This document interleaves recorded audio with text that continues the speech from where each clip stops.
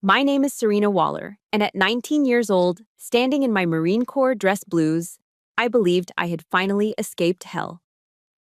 The promotion ceremony stage at Camp Lejeune was the pinnacle of honor, proof that I wasn't the invisible shadow my family in Charleston had always wanted me to be.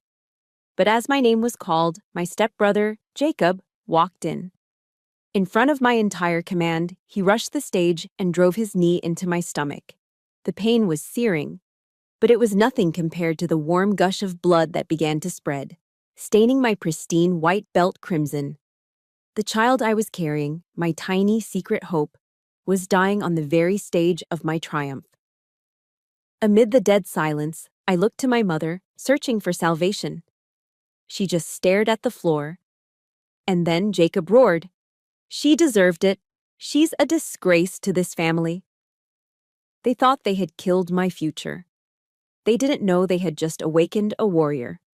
If you have ever been pushed down by your own family as you tried to rise, let me know where you're watching from.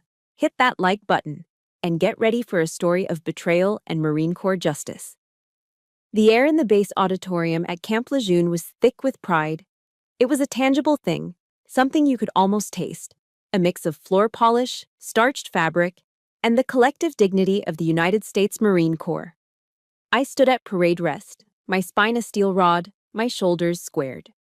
My dress blue uniform was perfect. The dark blue jacket pressed with razor-sharp creases, the brass buttons on my tunic polished to a blinding sheen. On my collar, the eagle, globe, and anchor insignia felt heavier than metal. It felt like worth. This was the culmination of it all. The sleepless nights spent studying regulations, the endless miles of forced marches under a blistering sun, the rivers of sweat poured onto the unforgiving sand of the Paris Island training grounds.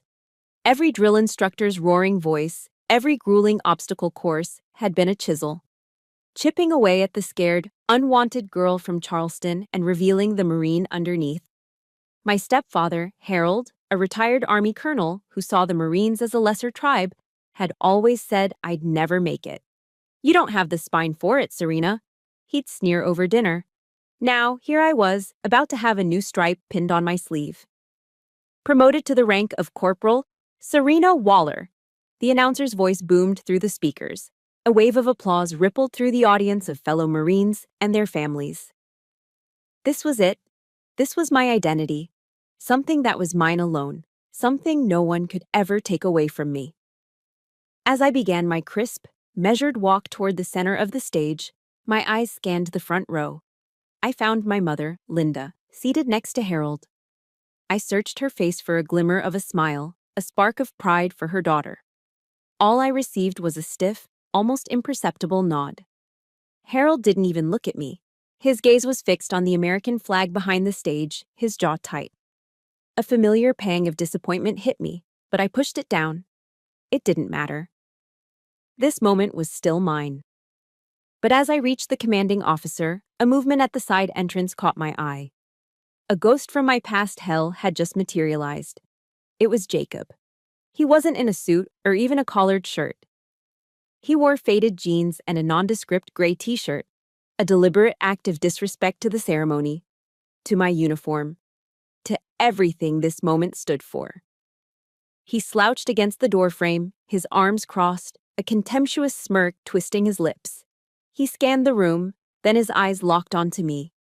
It was a look that made my blood run cold, a look that stripped away the uniform and the rank and left me feeling like a helpless child again. A knot of pure dread tightened in my gut. It was the exact same look he'd given me when I was 8, right before he'd twisted the arm off my favorite doll just to watch me cry. It was the same look he'd worn when he told his high school friends I was just the bastard my mom brought home. He wasn't here to celebrate. He was here to destroy. I knew with a certainty that chilled me to the bone that something terrible was about to happen. He pushed himself off the wall and started walking, not towards the seats, but directly towards the stage. A few heads turned, confused. My commanding officer paused, his hand hovering over the new chevrons. Jacob moved with a predatory grace, his eyes never leaving mine. He mounted the steps in 2 quick strides. The room fell silent. There was no shouting, no argument. just his focused, hateful advance.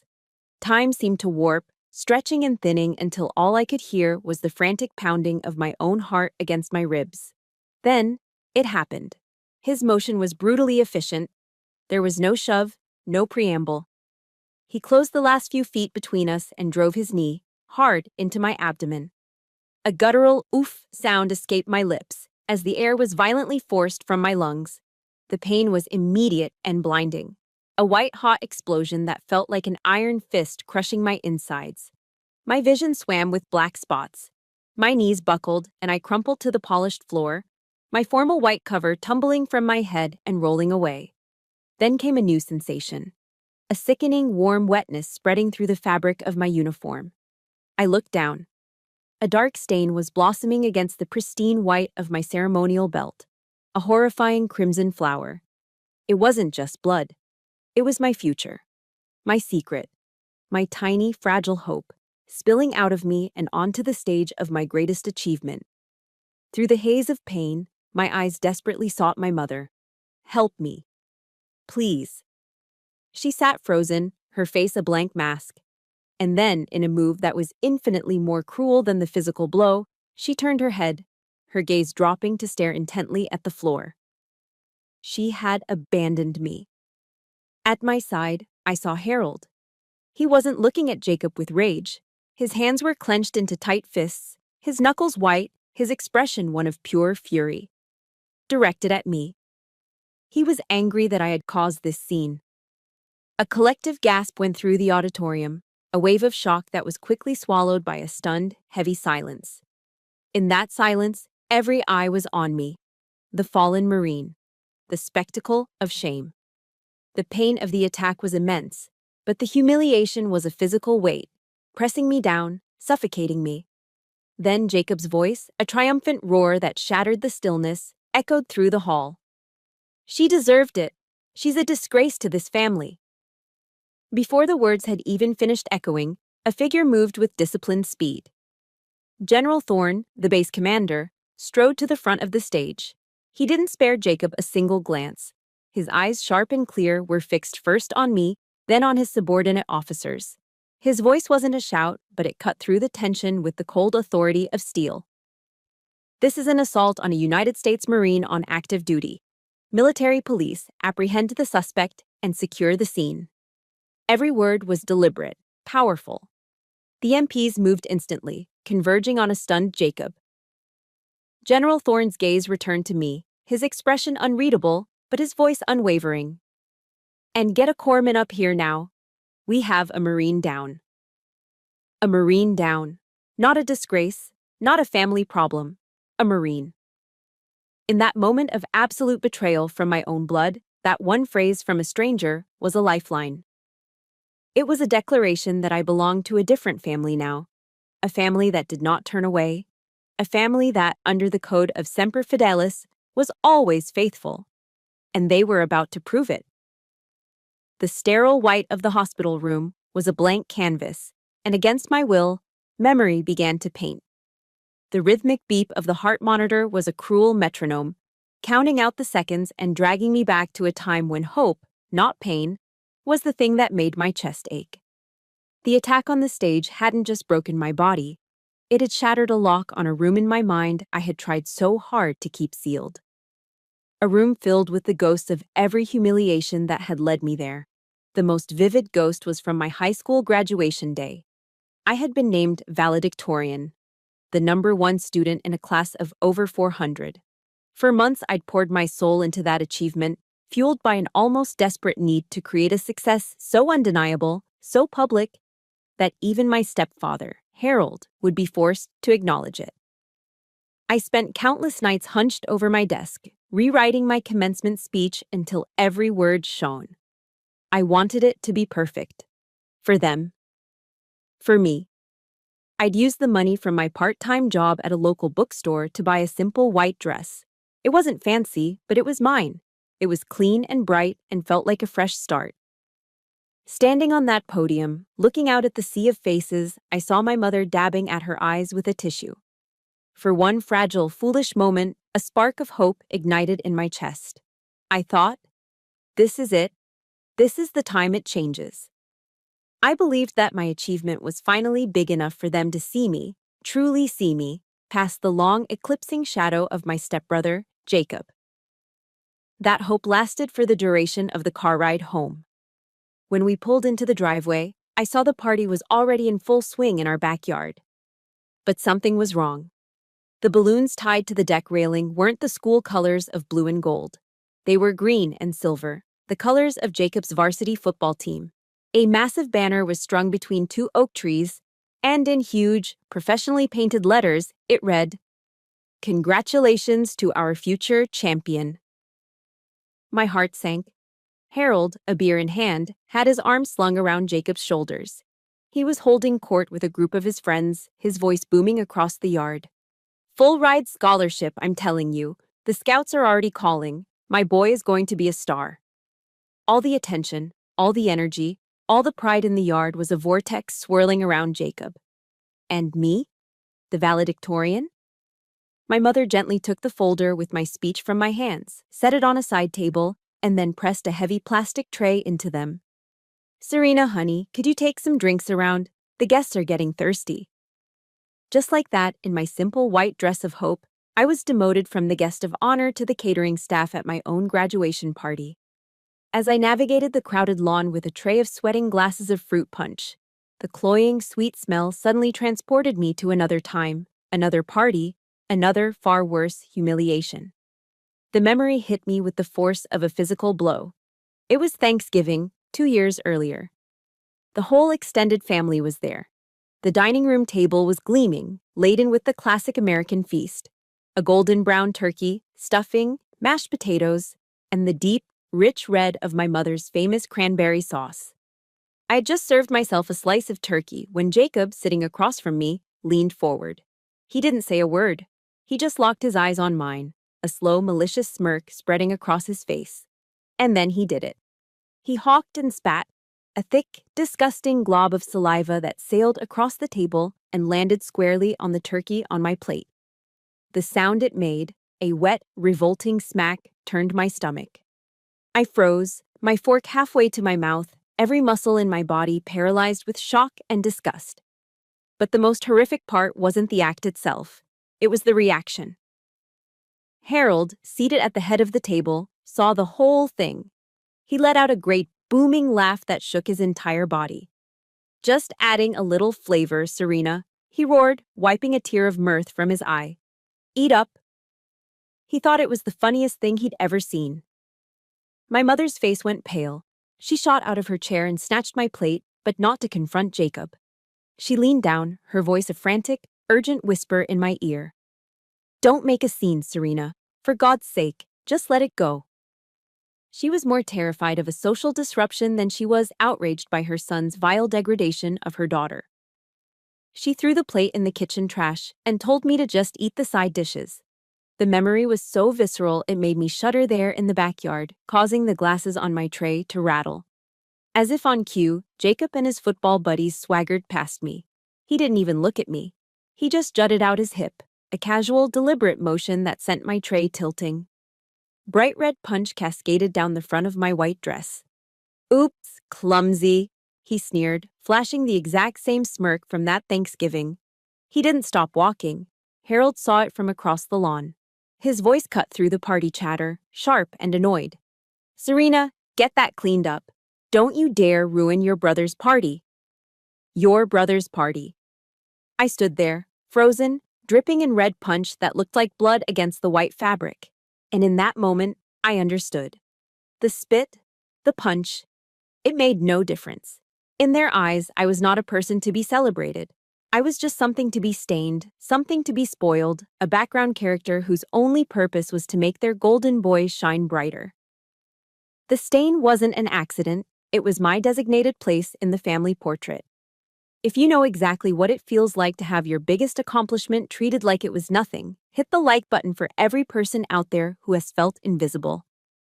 And tell me in the comments one achievement of yours that deserved a parade. I want to celebrate it with you. That night, alone in my room, I stared at my reflection in the dark window. The proud valedictorian from the morning was gone, replaced by a girl in a soiled dress. her face streaked with tears she refused to let make a sound. The question that had been a whisper in the back of my mind for years finally screamed for an answer. Was there anywhere on this earth where I would be treated like a human being? The answer to that question was Paris Island. The bus ride to Paris Island, South Carolina, was the answer to the question I had screamed into my pillow. The air that hit me when the doors hissed open was like a physical wall, thick, humid, and buzzing with the deafening chorus of cicadas, the sound of the low country itself. Then came the human noise, the screaming. It tore through the air, raw and ferocious. From the throats of men and women in crisp uniforms and campaign hats, the legendary drill instructors. Get off the bus. You are no longer mommy's little darlings. You belong to the United States Marine Corps now.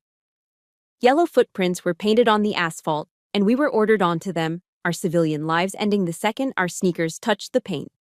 For the other recruits stumbling off the bus, wide-eyed and terrified, this was a culture shock of the highest order. For me, it was strangely familiar. I had grown up in a house of yelling. But this was different. Harold and Jacob's rage was chaotic, personal, and designed to break me down for their own satisfaction. This was structured. This had a purpose. This was not about destroying me.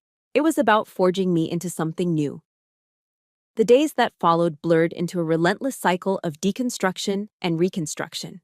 Life became a series of motions, repeated until they were etched into muscle memory. Pre-dawn marches where the world was still gray and silent, our boots the only rhythm. Obstacle courses under a punishing sun that beat down on the back of my neck, turning the air into a shimmering haze.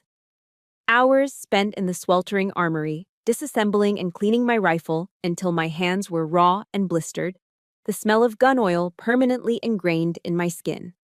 Every muscle in my body screamed in protest. My lungs burned with every ragged breath. I was being systematically broken down, stripped of my individuality, and remade into a single, functioning part of a larger whole. There was no Serena Waller anymore. There was only Recruit Waller. The ultimate test was the Crucible, a brutal 54-hour combat simulation designed to be the final forge. With minimal food and even less sleep, we were pushed beyond every conceivable limit. On the second night, during a long, forced march through a swampy trail, my body finally gave out. My legs buckled, and I collapsed into the mud, my pack feeling like it was filled with lead. I couldn't move, I couldn't breathe, I was done. As I lay there, ready to quit, two images flashed in my mind's eye with startling clarity. Jacob's sneering, triumphant smirk as he spat on my food, and Harold's cold, dismissive eyes as he called my graduation a ruin. A surge of white-hot anger, hotter than the South Carolina sun, flooded my veins. It was a fuel more potent than any food or rest. The pain from my family was a deeper, more familiar wound than the pain in my muscles. I knew that pain. I had lived with it my whole life. This physical agony was temporary. The agony of returning to Charleston a failure would be eternal. I clenched my jaw, tasting mud and grit, and forced myself back to my feet. I hefted my pack, squared my shoulders, and kept marching.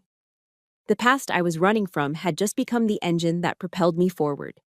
But escaping the ghosts of my family was one thing. Escaping the need for them was another. The most sacred ritual at Paris Island was mail call. Every evening, after the final formation, a drill instructor would walk into the barracks, a sack of letters slung over his shoulder. It was the one moment the constant tension broke. Recruits would hear their names, and a wave of relief would wash over their faces. They'd sit on their footlockers, some crying silently as they read words of love and support, others laughing at jokes from home. It was their lifeline to the world they'd left behind, a reminder of why they were enduring this hell. I sat on my own footlocker and watched, my heart a leaden weight in my chest. I had written 3 letters home to Charleston. Not begging, not complaining, just short factual notes about the training, about the challenges. I held on to a sliver of hope that my mother, seeing me truly trying to build a life, might send back a single line of encouragement. Anything. But my name was never called. The mailbox for Waller S. was always empty. the silence from Charleston was louder than any drill instructor's scream. It was a confirmation of my worthlessness, a final abandonment in my moment of greatest need.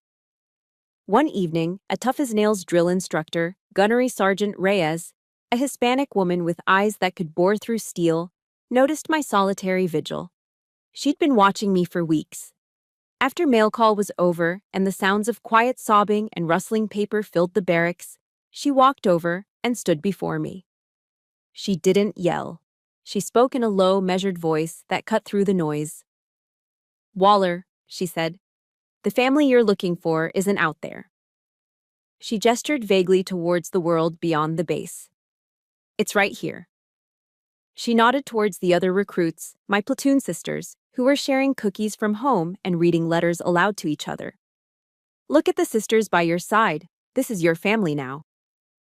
Her words hit me harder than any physical blow ever had. She was right. The family defined by blood had failed me at every turn. But this new family, forged in sweat and mud and shared hardship, was all around me. The moment of truth came after we completed the crucible. We stood on the parade deck, exhausted, filthy, but standing tall. One by one, our drill instructors, the same people who had screamed us into dust for weeks, now approached us with a look of profound respect. Gunnery Sergeant Reyes stopped in front of me. In her hand, she held the sacred symbol we had bled for: the eagle, globe, and anchor. She looked me straight in the eye. "Welcome to the Brotherhood, Marine," she said, her voice thick with emotion. As she pressed the sharp pins of the insignia into the collar of my uniform, a pain I barely registered, something inside me finally broke. Tears, hot and uncontrollable, streamed down my face for the first time in 13 weeks. They weren't tears of sadness or pain. They were tears of arrival. For the first time in my entire life, I felt like I belonged somewhere. This uniform was my home. These women were my sisters. I had found my honor, my identity, and my family. Not in the manicured lawns of Charleston, but here, in the camaraderie forged by sweat and blood. Leaving Paris Island was like stepping out of a forge and into the real world again. I was posted to Camp Lejeune in North Carolina, assigned to a communications unit. The constant, high-stakes pressure of boot camp was replaced by the focused, technical demands of my job. The screaming of drill instructors faded, replaced by the crackle of radio static and the quiet hum of servers. Here, value wasn't measured in how much you could endure, but in how well you did your job and how much your fellow Marines could count on you. It was in this new, structured quiet that I began to cautiously unfurl the parts of myself I had kept locked down for years. It was here I met my first real friends. There was Maria, a fast-talking, perpetually cheerful Marine from a small town in Texas, who put Tabasco hot sauce on everything from her eggs to her apple pie, and wasn't afraid to tell a captain he was wrong. And then there was Ben, a quiet, steady guy from rural Ohio who could fix anything with a Leatherman and a roll of duct tape. He spoke in half sentences but could communicate more with a single nod than most people could with a full speech. They were my team. They didn't ask me about my family or where I came from. In the Corps, your past is less important than your present performance. They accepted me for the Marine I was, quiet, diligent, and utterly reliable. For the first time, I was part of a group where my worth was simply a given. I did my job, I had their backs, and they had mine.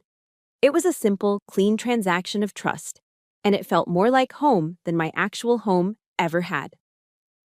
My 19th birthday fell on a Tuesday. I didn't mention it to anyone.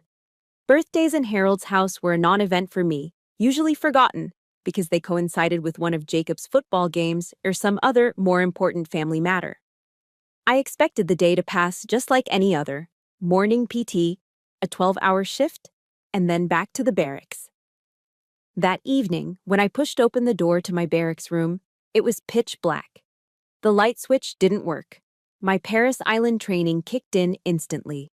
My body tensed, my senses went on high alert, and I instinctively dropped into a low, defensive crouch.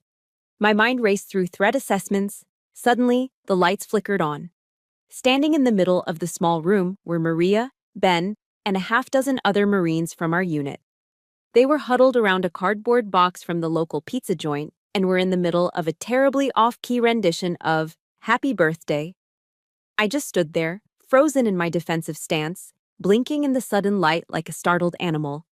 I didn't know what to do. I'd never had a surprise party. I'd never had any kind of party. Maria, laughing at my reaction, came over and pulled me up. "Relax, Waller," she said, steering me toward the pizza. "At ease, Marine. It's your birthday." Ben held out a single, slightly lopsided cupcake with a cheap wax candle stuck in the frosting, its small flame dancing. They finished their song with a loud, enthusiastic cheer. I stared at the tiny flame, and my mind went completely blank. I didn't have any wishes prepared. I'd never been in a position to make one. The sheer, unexpected kindness of it all was overwhelming. This wasn't a grand gesture. It was pizza in a box and a 99-cent cupcake from the PX. But to me, it felt like a state dinner. It was the fact that they had remembered, that they had noticed, that my existence on this particular day was a reason for them to gather and smile. After I awkwardly blew out the candle, Maria handed me a small, clumsily wrapped box. "We all pitched in," she said, her usual bravado softened by a genuine warmth. My fingers fumbled with the wrapping paper. Inside, nestled on a bed of cotton, was a simple, elegant silver chain bracelet. It was thin and delicate, but as I picked it up, I saw a small metal tag attached to it. Etched into the silver were two words, the most sacred words in our world: Semper Fi. "It's short for Semper Fidelis," Ben said quietly, speaking a full sentence for once. "Always faithful." Maria put her hand on my shoulder. "So you remember you're never alone, you hear me?" she said, her Texas accent thick with sincerity. "You've always got us." That's when the dam I had so carefully constructed inside me finally broke. For all the years of silent endurance, for all the tears I had swallowed, this simple act of decency was the thing that finally brought them to the surface. I started to cry, not the quiet, hidden sobs of my childhood, but deep, shoulder-shaking sobs of profound, heartbreaking gratitude. It wasn't just a bracelet. It was a promise. It was an anchor. It was the first piece of evidence I had ever held in my hand that I mattered to someone. That night, I fell asleep with the bracelet on my wrist, the cool metal a comforting weight against my skin. For the first time in my life, I felt completely and truly safe. I felt loved. The warmth and security of my new family began to heal the old wounds. I started to believe that a different kind of life was possible. I even started dating another Marine, a nice guy from a different unit. It was a short-lived relationship, but it left me with an unexpected gift. One morning, after feeling off for a couple of weeks, I took a test from the base exchange. 2 pink lines appeared on the plastic stick almost instantly. Pregnant. A wave of ice-cold fear washed over me, followed by something else, something I hadn't expected. A fierce, quiet joy. This would be my family. A tiny human being that was mine to love, mine to protect. A child who would never, ever be made to feel the way I had. It was this newfound hope that led to my fatal miscalculation. I was getting promoted soon, a ceremony that represented my success and stability. I decided that this would be the perfect time to tell my family in Charleston. I imagined that the news of a grandchild, their first grandchild, might be the one thing powerful enough to finally bridge the chasm between us. It was a foolish, desperate hope, a naive and deadly one. The fragile peace I had built around myself at Camp Lejeune was shattered by a phone call. I had sent a letter to Charleston, a simple, formal invitation to my promotion ceremony. I didn't mention the pregnancy. I wanted to tell them that news in person, holding on to the naive hope that seeing my success, my uniform, and then hearing about their future grandchild all at once might somehow melt the years of ice. My mother called a few days later. Her number flashing on my screen gave me a jolt, a mix of childish hope and conditioned dread. I answered, my voice brighter than I felt. "Hi, Mom." There was no warmth in her reply. "Serena, I got your invitation." A pause. "Your stepfather and I were talking. Is it really necessary to have such a big ceremony?" I was stunned into silence. "What?" Well, you know your brother Jacob is having a hard time finding a job right now, she said, her voice dropping into a tone of gentle, conspiratorial reason. You being so successful, it makes him feel bad. It's putting a lot of stress on the family. I couldn't believe what I was hearing. The words were so absurd, so twisted that my mind struggled to process them. Mom, it's my promotion. It's part of my career in the Marine Corps. I didn't do this at him. I know that, sweetie, she cooed, and that single word, sweetie, was a weapon, designed to make me feel like an unreasonable child. But family is about supporting each other, isn't it? Try not to make everything about you. The call ended with her promising to see what they could do, leaving me with a familiar, bitter taste in my mouth. Guilt. It was an old poison, one they had fed me my entire life. I was the selfish one. I was the difficult one. I was the source of the family's problems. For a few hours, her words worked their dark magic. I sat in my barracks room, the calm order of my military life feeling a million miles away, and I actually wondered if I should cancel. Then Jacob called. The caller ID showed his name, and my hand trembled as I answered. There was no pretense, no manipulation, just pure, uncut venom. So, I hear you're getting another stripe, he sneered, his voice dripping with contempt. Don't get a big head. You think that uniform makes you better than anyone? Let me tell you something. You're still just the stray my mom dragged home. A stain. I stood perfectly still, my knuckles white as I gripped the phone. I didn't say a word. My silence only fueled his rage. I'm coming to your little party, he hissed. I'm going to show all your jarhead friends exactly what you are. The line went dead. My blood ran cold. It wasn't an idle taunt. It was a promise. An icy finger of real fear traced its way down my spine. The final call came from Harold. He didn't yell like Jacob or wheedle like my mother. He used the voice I remembered from my childhood, the one that made colonels and generals snap to attention. The voice of absolute, unquestionable command. Corporal Waller, he began, using my rank as an insult. I've been informed of your condition. You have disgraced the Waller name, and you have disgraced that uniform. This is an embarrassment. My breath caught in my throat. My mother had told him. She had betrayed my confidence before I even had a chance to share my news. I expect you to handle this problem of yours quietly and discreetly, he continued, his voice cold and hard as granite. And you will cancel that ridiculous ceremony. Do not force me to travel all the way to North Carolina to witness this family's humiliation in person. A problem. My baby. He had called my baby a problem. A switch flipped inside me. The guilt, the fear, the years of ingrained obedience, it all vanished, burned away by a sudden, clarifying rage. The quiet, disciplined life I'd built was under direct assault. They were trying to tear it all down, to drag me back into the chaos and misery of their world. That night, sleep was impossible. The toxic words of my family echoed in my head, a three-part chorus of manipulation, hatred, and command.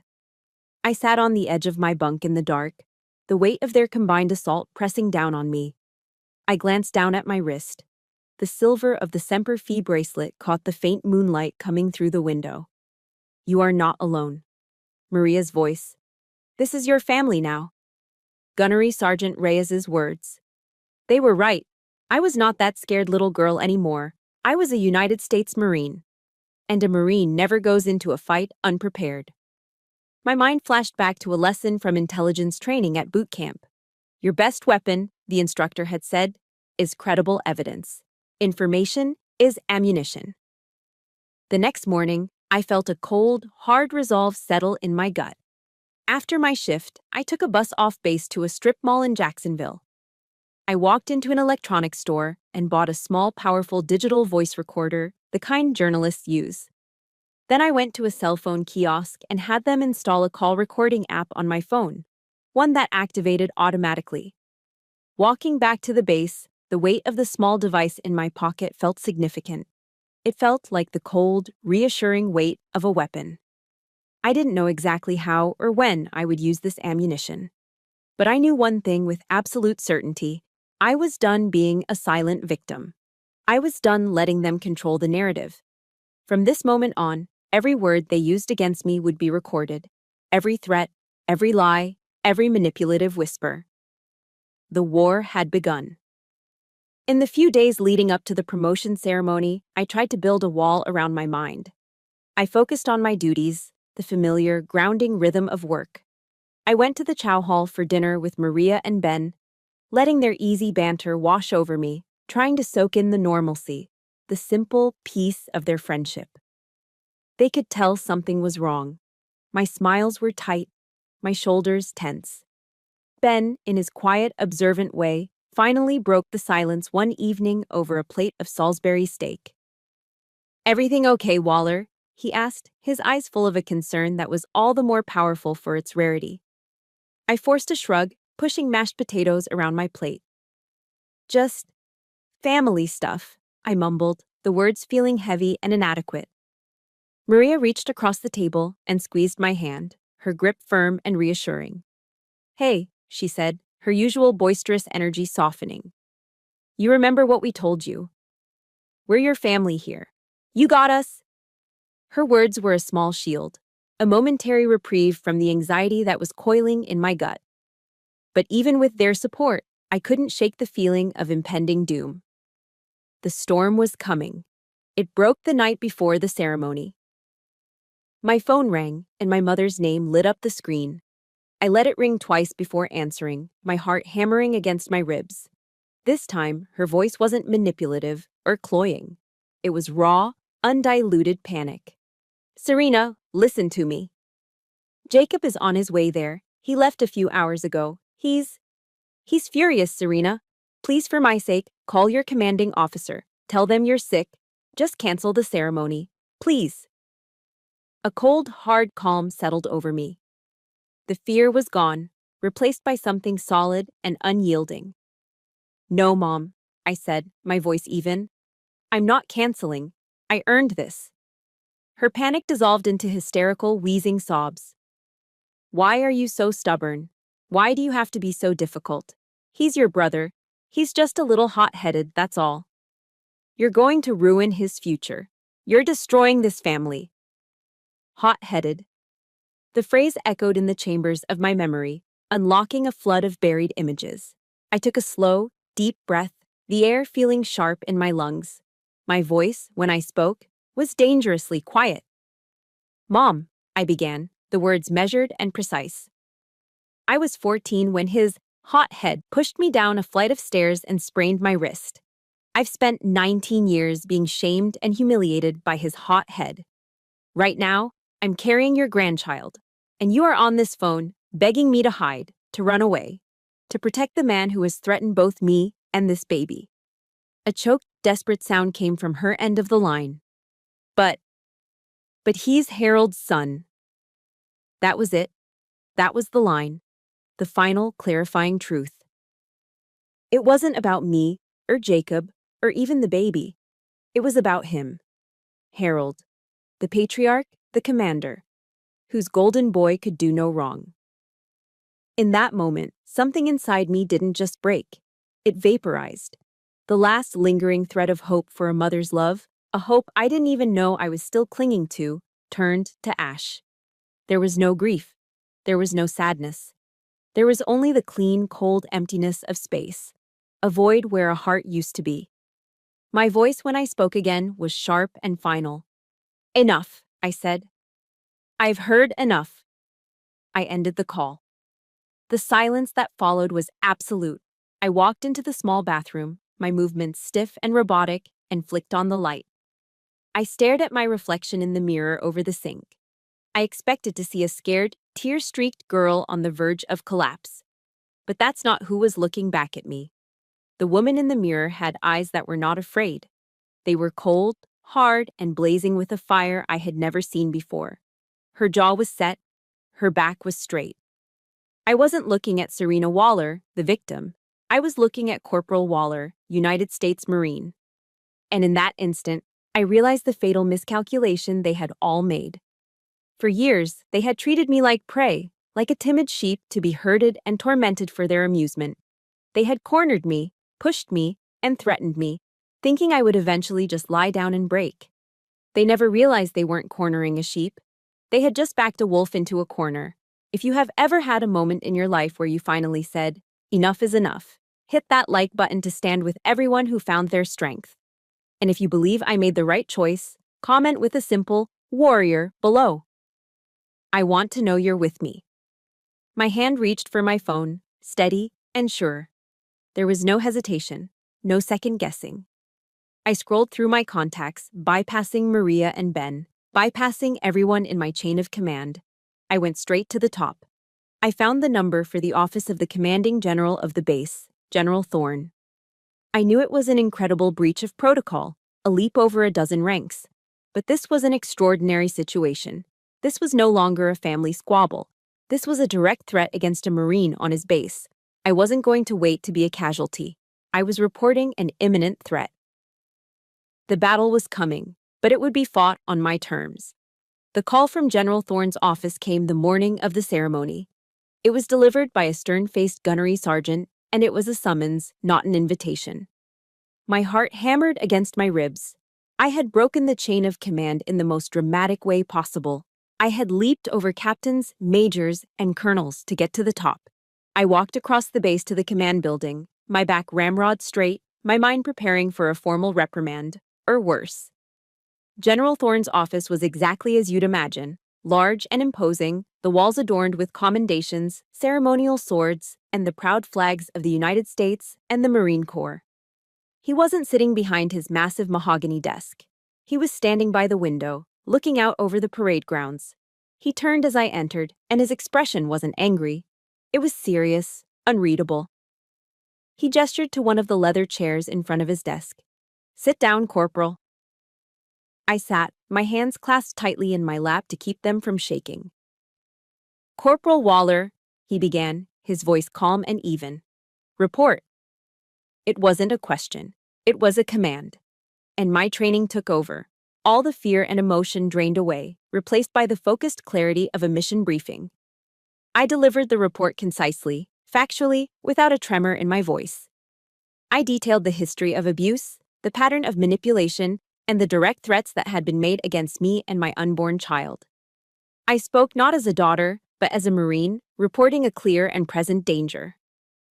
When I finished, the room was silent. General Thorne hadn't interrupted once. He had just listened, his gaze unwavering. "I have the recordings of the most recent calls, sir," I said, my voice steady. He nodded. "Proceed." I placed the small digital recorder on the polished surface of his desk.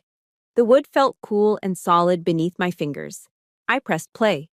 The toxic voices of my family filled that sacred space. Jacob's snarling hatred, Harold's cold, dismissive command, my mother's manipulative sobs. The general stood motionless, his hands clasped behind his back, his jaw tightening with every recorded word. The contrast between their chaotic cruelty and the quiet dignity of his office was staggering. When the last recording clicked off, the silence returned, heavier this time. General Thorne walked back to the window, his back to me. For a long moment, he said nothing. Then, he turned around. "Thank you, Corporal," he said, and the formality was laced with something else.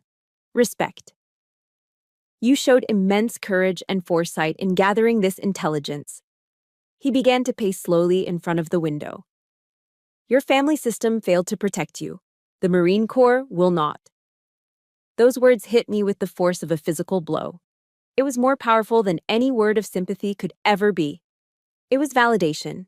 It was an acknowledgement from the highest authority I knew that my pain was real, that my fight was just. He informed me that he had already arranged for covert security to be present at the ceremony and had put the military police on high alert. The tragic events of that day unfolded just as I had feared. But the general's foresight meant that when Jacob attacked, the response was immediate and overwhelming. My next clear memory is of the sterile white walls of the Naval Hospital. The physical pain was a dull, throbbing ache, but the emotional pain was a gaping wound. I had lost the baby. I had lost my family. I had lost everything on that stage. But as the fog of grief and medication began to lift, a cold, hard resolve took its place. I remembered the serenity prayer, one my grandmother used to recite. God, grant me the serenity to accept the things I cannot change, the courage to change the things I can, and the wisdom to know the difference. I couldn't change what they were.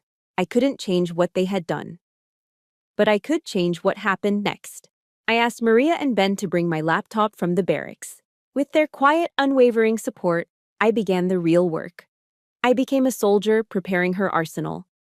I spent hours listening to the recordings again, but this time I wasn't a victim reliving the trauma.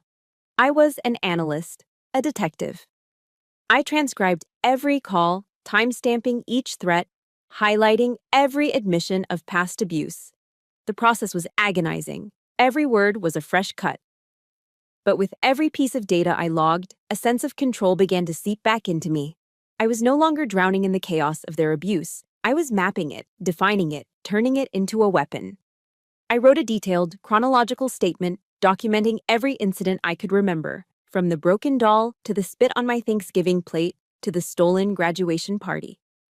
I transformed the messy, chaotic pain of my past into a structured, orderly case file. My grief was the fuel, but discipline was the engine. A few days later, General Thorne came to visit me in the hospital.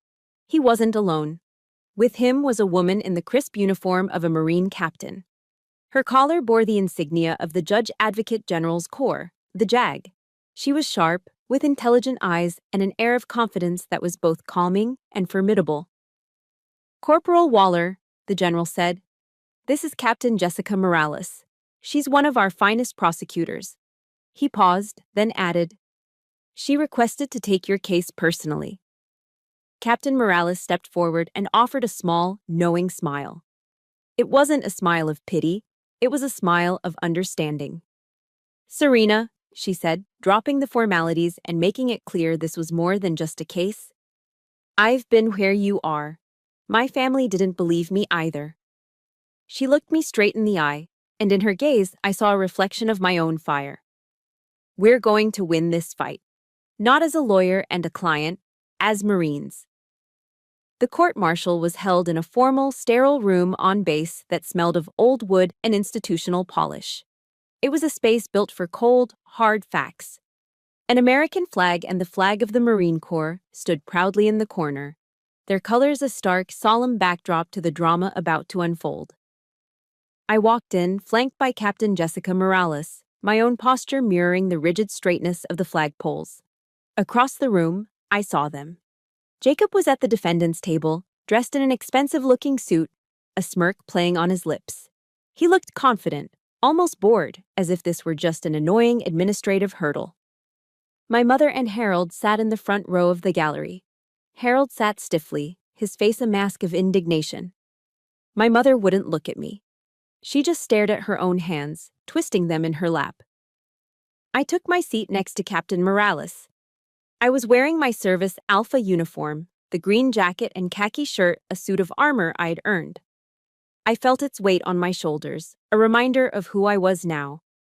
I was not a cowering victim. I was a witness. I was a Marine, ready to perform my duty. Jacob's civilian lawyer, a slick man with a gold watch, began his opening statement by painting a picture of me as an unstable, dramatic, and promiscuous young woman. He implied my pregnancy was the result of carelessness and that I was an attention seeker, prone to exaggeration. He was trying to build a narrative where I was the problem, the agent of chaos in an otherwise respectable family. When it was my turn to take the stand, he came at me with a barrage of carefully worded questions designed to trip me up. "Corporal Waller, isn't it true you had a contentious relationship with your family?" "I would describe it as abusive, sir," I answered calmly, my voice even. "And this pregnancy," he said, gesturing vaguely, "it wasn't from a long-term, committed relationship, was it?" "No, sir." "So you were emotional. Unstable, perhaps, after the relationship ended?" "No, sir. I was pregnant, and I was assaulted by your client." I answered every question with the same direct, factual simplicity. I refused to let him twist my words or lead me down a path of emotional speculation. I stuck to the facts, just as Captain Morales and I had rehearsed. This was a battlefield of words, and I would not give him an inch of ground. The tide began to turn when Harold was called as a character witness for Jacob. He walked to the stand with the unshakable arrogance of a man used to being the most powerful person in any room. He introduced himself as Colonel Harold Waller, United States Army, retired. He spoke glowingly of Jacob's athletic prowess and leadership potential. He painted me as a difficult, resentful child who had always been jealous of her brother. During cross-examination, Captain Morales was masterful. She approached him with deference. "Colonel Waller, thank you for your service. As a retired officer, you understand the importance of integrity and honor, correct?" "Of course," he boomed. "And you would agree that making a threat against a service member is a serious offense?" "Naturally." "Then why?" Captain Morales asked, her voice still respectful but with an edge of steel.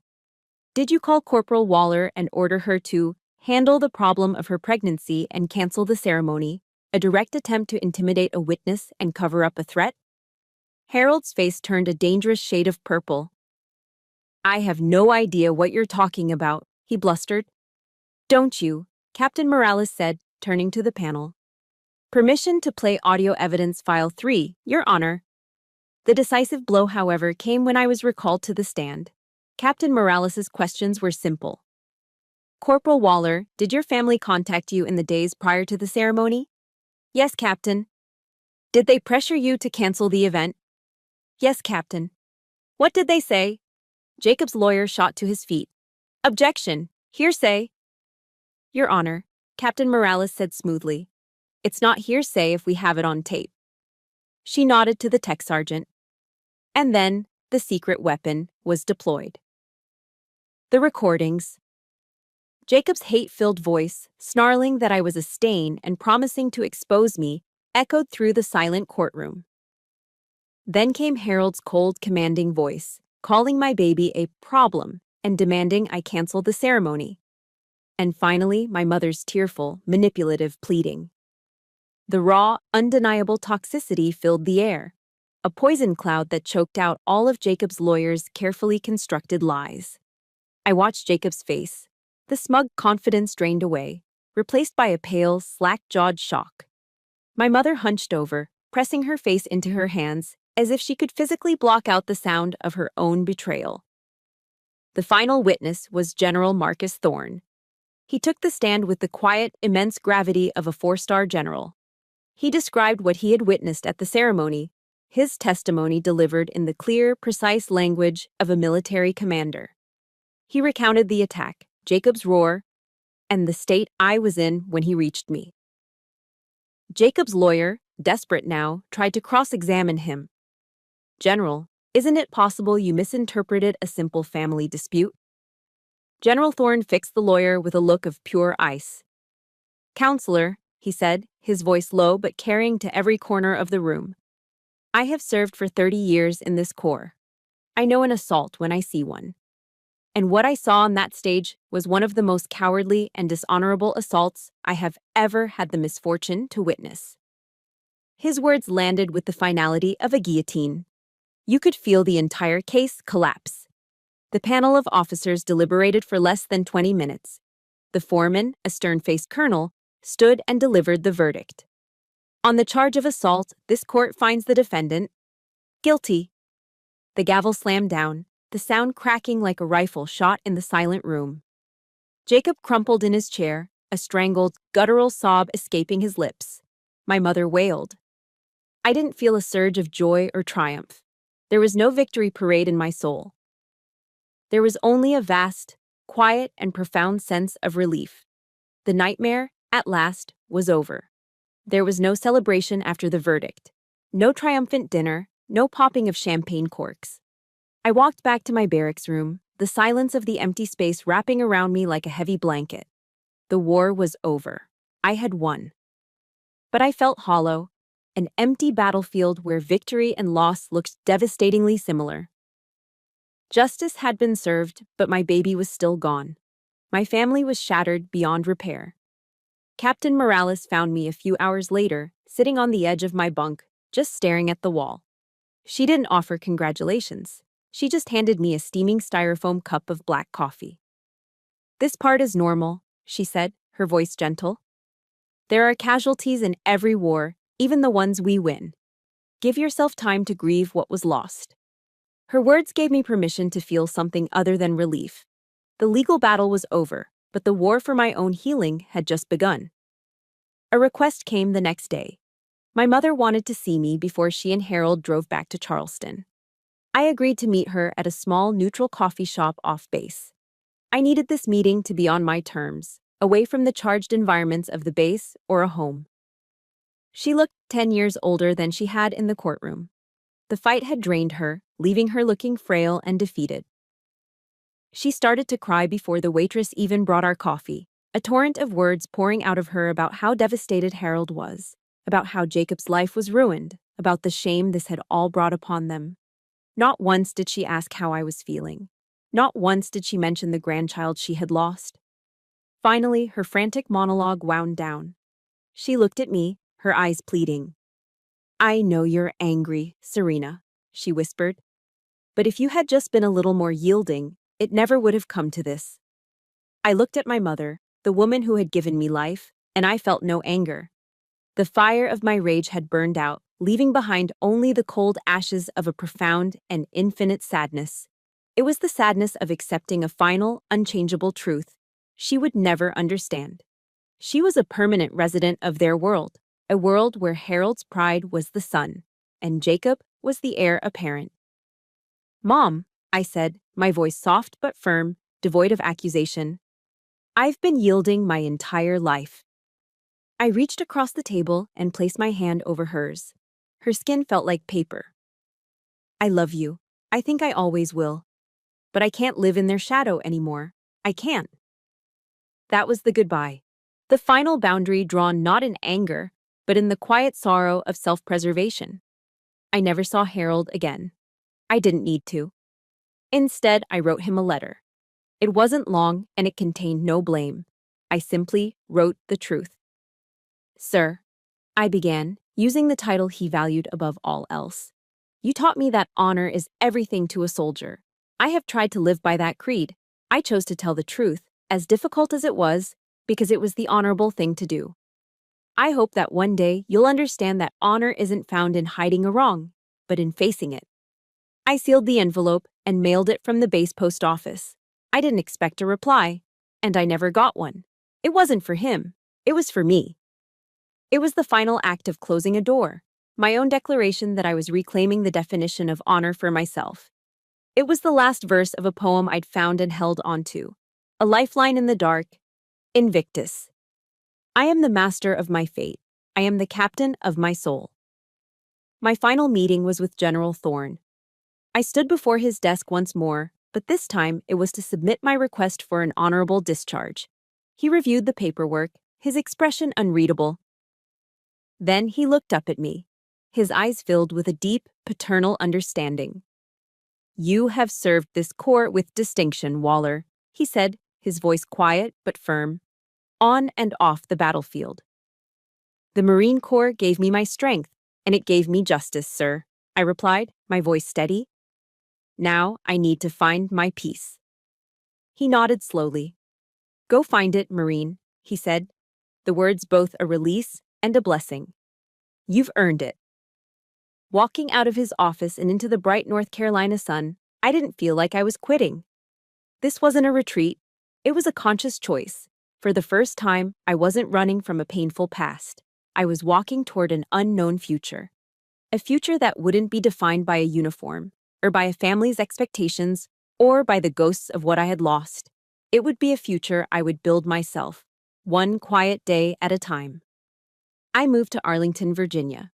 It felt right, being close to the heart of the nation I had served. I rented a small apartment with a balcony that overlooked a quiet, tree-lined street. The peace was a stark contrast to the rigid order of the barracks and the suffocating tension of my childhood home. It was a blank slate. My mornings began with a run. Not the forced, grueling marches of Paris Island, but a quiet, solitary jog through the dew-kissed parks of a city waking up. I ran not because I was ordered to, but because I loved the feeling of the cool air on my face, the steady rhythm of my own feet on the pavement. I was reclaiming my body, not as a weapon, but as my own. I found a profound peace in simple, daily routines. The rich aroma of brewing coffee, the quiet rustle of pages in a book, the silent respect of visiting the city's monuments. One crisp autumn afternoon, I took the metro to Arlington National Cemetery. I walked for hours among the endless, uniform rows of white headstones, each one a testament to a life of service and sacrifice.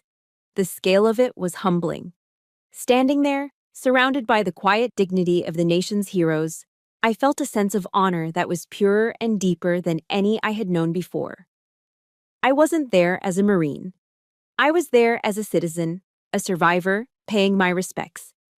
I found a quiet, sun-dappled patch of grass, and I placed a single white rose upon it. It was a silent, private farewell to the child I never got to meet, a final acknowledgement of a life that was, however brief, a part of my own story. Captain Morales had given me a parting gift before she was reassigned, a phone number for an organization called The Mission Continues, a nonprofit that helps veterans find new purpose through community service. On a whim, I called. I started volunteering, just doing administrative work, filing papers, and answering phones in their DC office. I didn't talk about my past, I just wanted to be useful.